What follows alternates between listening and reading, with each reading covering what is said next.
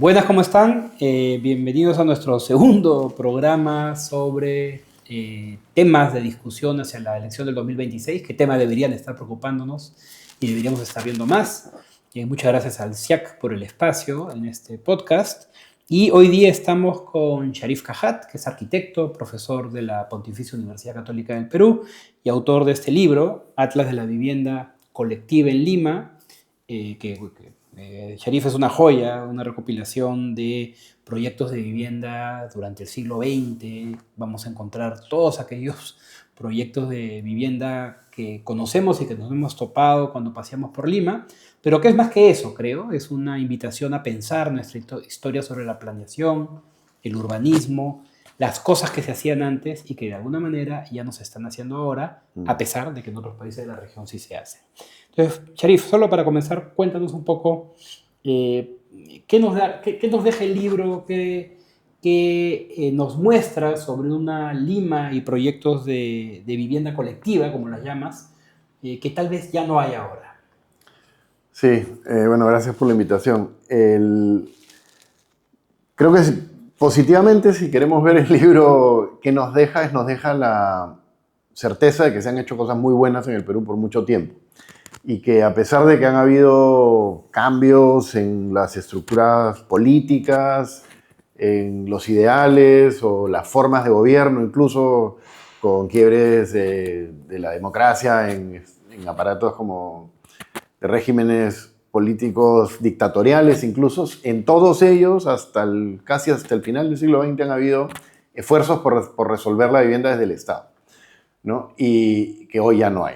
O que hay de muy mala manera, vamos a decir, que hay solamente a través de financiamiento y que se encarguen otros, ¿no?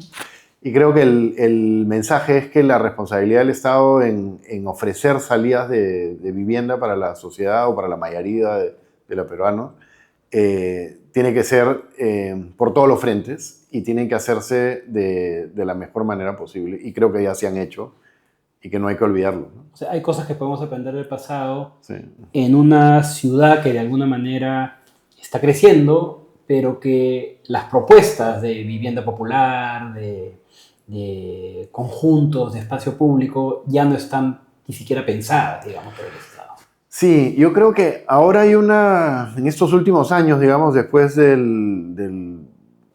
incluso antes del COVID, pero después del COVID se está haciendo como ya el momento de entrega de planes de desarrollo urbano. Hay muchas ciudades que están terminando sus planes de desarrollo urbano, ciudades medianas, ciudades pequeñas y ciudades grandes también como Lima, que también tienen sectores y claro, en ellas se está decidiendo dónde se va a recibir vivienda social, cuáles son los sectores. Han habido demasiadas discusiones. Acá en Lima nomás hemos tenido todo este rechazo como de primario a cualquier desarrollo de vivienda social por la densidad, por las alturas. Algunas cosas también han habido sacadas de vuelta a la norma, ¿no? Entonces, digamos que hay algunas condiciones, hay los créditos, pero yo creo que las normativas y la visión de cuál es el rol del Estado en asegurar una cierta calidad de vida es equivocado. Es equivocado porque producen un conjunto de circunstancias donde la vivienda termina siendo un producto netamente financiero. Es básicamente un mecanismo para dinamizar la economía. De hecho, el origen del proyecto Mi Vivienda es del Ministerio de Economía y creo que es la mejor forma y la forma más rápida de entender por qué el proyecto urbano es tan triste. Y es básicamente entender la vivienda como un producto donde la gente vive, pero en realidad lo usa y paga un crédito y eso mueve la economía a nivel macro. Y después al interior del espacio es un desastre, ¿no? Son estacionamientos y una portería. Y eso es lo que te ofrece. No hay esta visión que había en varios de los proyectos, que era pensar qué se podía replicar, cómo puede llevarse a diferentes niveles socioeconómicos también, ¿no? Sí. Que es algo que el mismo modelo peruano de alguna manera le está cerrando la puerta. No vas a llegar más abajo. Exacto. Sí, yo creo que hay una como falta de visión de que la vivienda de alta densidad colectiva tiene que resolverse a distintos niveles socioeconómicos, o sea, por decirlo de una manera más clara, en todos los distritos de Lima, ¿no? La gente necesita una vivienda de calidad, con espacio público, con servicios, en todos los barrios de Lima, no solamente los barrios, vamos a decir, de clase media o de clase baja o de bajos ingresos o los informales, no, todo el mundo necesita, todas las sectores de la sociedad necesitan un edificio o un departamento, vamos a decir, para no hablar de una casa que ya no hay suelo para eso, donde ser de una manera cercana o sin tener que usar el automóvil ni transportarse en transporte público por horas, pueda tener educación, salud, espacios de trabajo, entretenimiento, todos los servicios comerciales que necesita. Y eso es parte del planeamiento de la ciudad, y la vivienda es fundamental en ese tejido, ¿no? Y eso es algo interesante desde tu disciplina, en lo que se ve, que es que de alguna manera en el Perú la palabra planificación, urbanización, como que se volvió una mala palabra, tal vez como parte de la crisis de los 80 y todo lo que se asumió y se relacionó con esas palabras, pero el resultado es que nos estamos perdiendo procesos que en otros países, que también son de economías abiertas, de economías de mercado, mantienen. Es como que en el Perú nos hubiésemos peleado con la planificación sin entender que si no hay alguien que la hace, vamos a tener problemas. Sí, yo creo que de cierta manera el gobierno de Fujimori, entre las cosas que no entendió, que hizo de manera como abrupta, fue acabar con la planificación en el Perú y acabar con una tradición muy larga de instituciones diversas que básicamente estaban en el Instituto, en la Oficina Nacional de Planeamiento y Urbanismo, que había sido la de mayor largo trayectoria, que llegaba hasta ya al final de los años 80, después que se había, digamos, refundado en varias instituciones, había una cierta tradición que se mantenía hasta el último gobierno de Belaúnde, ¿no? Al final, a mediados de los 80. Ya con Alan García... Todo colapsa. Todo colapsa, yo diría que ahí Alan García lleva al país a la quiebra, básicamente, moral, económicamente, ¿no? Institucionalmente. Entonces, claro, el gobierno de Fujimori termina de aniquilar con todo ese aparato y esa inteligencia también que había en el Estado y esa responsabilidad que el Estado tenía que planificar. Eso nos lleva a una cosa más perversa, que es entregar los títulos de propiedad a través de COFOPRI, de lo que se estaba haciendo, vamos a decir, improvisadamente, y además sirve para promover nuevas invasiones, ¿no? Ganar nuevos adeptos, evidentemente, pero termina siendo una especie de planeamiento a libre albedrío absoluto. O sea, no hay planeamiento, básicamente, y eso es lo que estamos sufriendo hoy en día, ¿no? ¿Y cuáles son las consecuencias? Por más que yo sé que para alguien que ve planeamiento y urbanismo es evidente, pero para quien no entiende de esto, ¿cuáles son las consecuencias de un país sin planificación? La versión más rápida, la que vemos todos los días, es el exceso, vamos a decir, de nuevas invasiones, es que hay tráfico de tierras porque no hay una legalidad, no hay un orden. Hay básicamente estructuras que se están viniendo abajo, que podemos ver con cualquier temblor o terremoto que está a portas. Hay miles de barrios que no tienen los servicios ni siquiera básicos de agua, desagüe y luz, y mucho menos servicios básicos de salud y atención primaria ni educación. Todo eso está descolocada la ciudad. Digamos. Claro, o sea, el Estado, que es un Estado además pobre y que se demora mucho en responder, demora mucho en llegar a donde vive la gente, ¿no? O sea, casi es la ciudad al revés, ¿no? Se construye la casa primero y después llega la urbanización, ¿no? 30 o 40 años después. Entonces esos 30 o 40 años, que es la vida casi completa de una generación, la pasan sin servicios, sin salud, perdiendo horas de tránsito. O sea, el día a día y el mismo tráfico en la ciudad es del cual todos sufrimos, es parte de la falta de planificación. Y otro efecto que, bueno, no soy experto, pero que me tocó verlo en América Latina fue la pandemia. Claro. Cuando se nos decía acá, usen espacios públicos, vayan a mercados cercanos, caminando, ¿no? Yo decía acá, eso es medio irreal, ¿no? Irreal, porque el mercado que te queda cerca no necesariamente ha sido planificado, puede estar más tuburizado. El parque, las reglas de urbanismo te han quitado espacios precisamente abiertos, ¿no? Claro. Ahí fue donde, digamos, todo colapsó desde el sistema de salud, pero además decía, quédense en casa. Mucha gente decía, ¿qué casa? ¿No? O en mi casa vivían 14 personas. Entonces ahí ya era un problema estar en casa. Aparte, las casas no tenían balcones, no tenían terrazas, no había espacios de contacto, no tenían buena ventilación. todo eso se hizo más evidente, pero la parte más crítica es cuando la gente que pensaba que tenía una buena calidad de vida, vamos a decir, que tenía un departamento dentro de un conjunto de vivienda auspiciado por el Estado, no tenía áreas verdes, no tenía espacios de reunión, no tenía esparcimiento ni entretenimiento. Entonces, claro, ahí te das cuenta, yo creo que ese ha sido el momento más álgido donde la urbanidad o la falta de urbanidad, que es ese, digamos, ese espacio para poder desarrollarte socialmente más allá de tu vivienda, se ha hecho más evidente que es carente en todo el país, no solamente en Lima donde más gente hay, pero en todas las ciudades se ha perdido esa capacidad de tener espacio público compartido para las nuevas construcciones que no sean los centros históricos. Y de alguna manera el libro lo que retrata, y bueno, eso lo ha dicho otras personas, no es solamente tu trabajo, sino que sí hubo intentos importantes de buscar, por supuesto, una sociedad que se desborda, la migración interna fue muy grande, no se está diciendo que era fácil, tampoco se está diciendo que era perfecto, pero sí que había alguien pensando.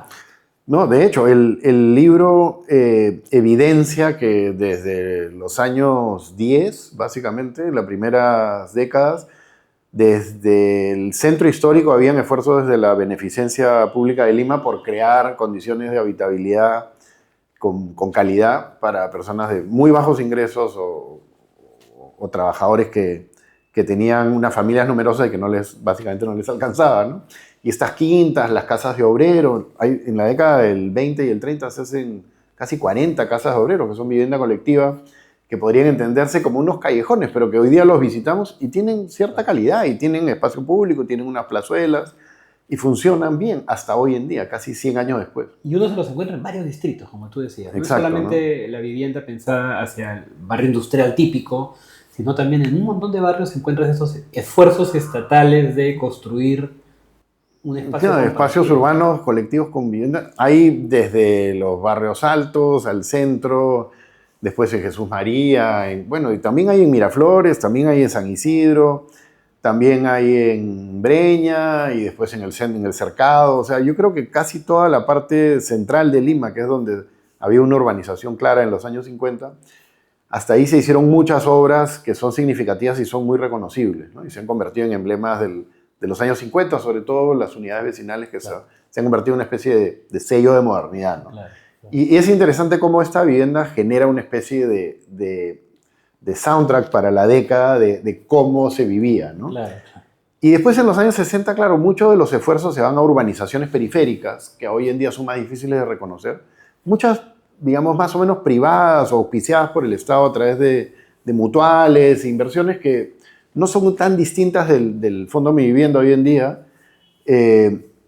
pero que han sido ya digamos, más alejadas de las zonas céntricas y para una clase media un poco más acomodada. Y por otro lado, se compensó ese esfuerzo con barrios de lotes y servicios que hoy en día han desarrollado enormemente, se han construido varios pisos encima de esas viviendas y ya también son difíciles de reconocer, pero tienen un auge económico y una calidad. Por ejemplo, bastante. Mira, el más notorio para mí es la ciudad de Dios, que básicamente nace de una invasión. Inmediatamente al frente se hace el origen de San Juan de Miraflores. Es un trazado del Estado de lotes y servicios. Y ahí mismo se ha hecho el mayor nodo vamos a decir, del mercado y el intercambio comercial del sur de Lima, ¿no? Ciudad de Dios, digamos, es el origen de todo eso y tiene una planificación importante del Estado, y hay colegios, iglesias, mercados. Bueno, el mercado, como te digo, es un éxito. Y después en Lima Norte, no sé, se ha hecho Año Nuevo, que al final es una urbanización que tenía el parque zonal metropolitano, donde ahora le han robado el sitio y le han metido el estacionamiento del Lima Norte del Metropolitano. Después está en los años 70, finales de los 60, aparece Previ como un conjunto, que después se le añade otro que es Cueto Fernandini. Hay muchísimos. Y, digamos, esta secuencia, bueno, vi El Salvador, no hay que recordarlo, no hay que presentarlo mucho, digo, es como se vuelve el proyecto insignia del gobierno de Velasco. Pero hay otros esfuerzos hasta los años 80 donde Belaúnde, yo creo que se equivoca en esta visión más política de devolverle el favor, vamos a llamarlo así, entre comillas, a los votantes de la clase media. Claro. y insiste en hacer muchísimas unidades vecinales, las torres de San Borja, Limatambo, y en todas las ciudades del país, claro. En Cusco, Piura, en todas donde uno va. Dirigido a clase media. Exacto, hay una clase media organizada que tenía algún trabajo, ¿no?, formal y que se apuntaban en el Banco Central Hipotecario y accedían a la vivienda. Pero no tanto pensarlo. No pensaba en la gente que había migrado a las ciudades, que no tenía un trabajo formal. Y que esa es la trayectoria que a mí me parece muy interesante cuando uno va a otras ciudades latinoamericanas que acá no hay, ¿no? Que es ese esfuerzo estatal, de nuevo, en países que no es que sean pues, planificaciones soviéticas, ni mucho menos, pero ese esfuerzo estatal de llegar hacia abajo, ¿no? Para la inserción. ¿Qué agenda pendiente tiene el Perú pensando en ese mundo que hoy día está pues, controlado por invasiones, no solo informales, sino que también a veces hay arreglos ya con los formales que te van a comprar la tierra? Sí. Es un sistema que funciona y que por supuesto no le va a gustar el cambio, pero ¿cuál es el desafío hacia adelante pensando en ese sector más de vivienda popular? Sí, yo pienso que los mecanismos, digamos, que están hoy en día funcionando como Mi Vivienda, digamos, lo que tiene que cambiar son las normas del proyecto y de la forma y entender la normativa como una oportunidad para crear mejores espacios públicos, crear mejores servicios alrededor de esa vivienda. No edificios. No necesariamente esos edificios con porterías y con estacionamientos que están aislados de la ciudad. Eso creo que le está haciendo mucho daño. Y eso es pensarlo mejor. Pero eso ataca una parte del problema. Y la otra parte del problema tiene que ver con el manejo del suelo, ¿no? Hacer entender a las municipalidades que la vivienda colectiva de alta densidad no es el enemigo y no tiene que bloquearla, sino más bien insertarla y saber manejar eso a nivel, vamos a decir, distrital, metropolitano, ¿no?, y gubernamental. Y después la otra, digamos, tercera pata de estas reformas que habría que hacer es entender que la vivienda de autoconstrucción es casi como el pan de cada día. Y eso es muy difícil cortarlo de un momento a otro, pero lo que hay que cortar es el tráfico de tierra, ¿no? Claro. O sea, no pueden estarse vendiendo de manera ilegal, además, tierras que son del Estado y además en pésimas condiciones, a veces en unas laderas que son una invitación a la muerte. Y que en estos días sísmicos es más notorio y lo recordamos cada día, ¿no? Más, ¿no? Entonces, claro, el pensamiento desde el gobierno para la vivienda tiene que ser una cuestión no unilateral de yo te ofrezco este servicio y ustedes tienen que tomarlo, sino en realidad hay que pensarlo de manera más amplia y decir, bueno, hay todas estas demandas y a todas hay que atenderlas de alguna forma, ¿no? Claro. Y no va a ser perfecto ni rápido, pero puede comenzar. Pero hay que comenzar, porque estas cosas demoran décadas. Sí, no, y en el plano urbanístico, ¿no? Eso también, cuando uno piensa en Lima, que se vende como ciudad turística y todo lo demás, cada vez más somos hostiles al turista, ¿no? O sea, destruimos edificios históricos, no hay espacios públicos de paseo, sí, claro. Tenemos miedo al parque casi. Y uno cuando lo que encuentra en tu libro es que en el pasado hubo gente que sí estuvo pensando eso, ¿no?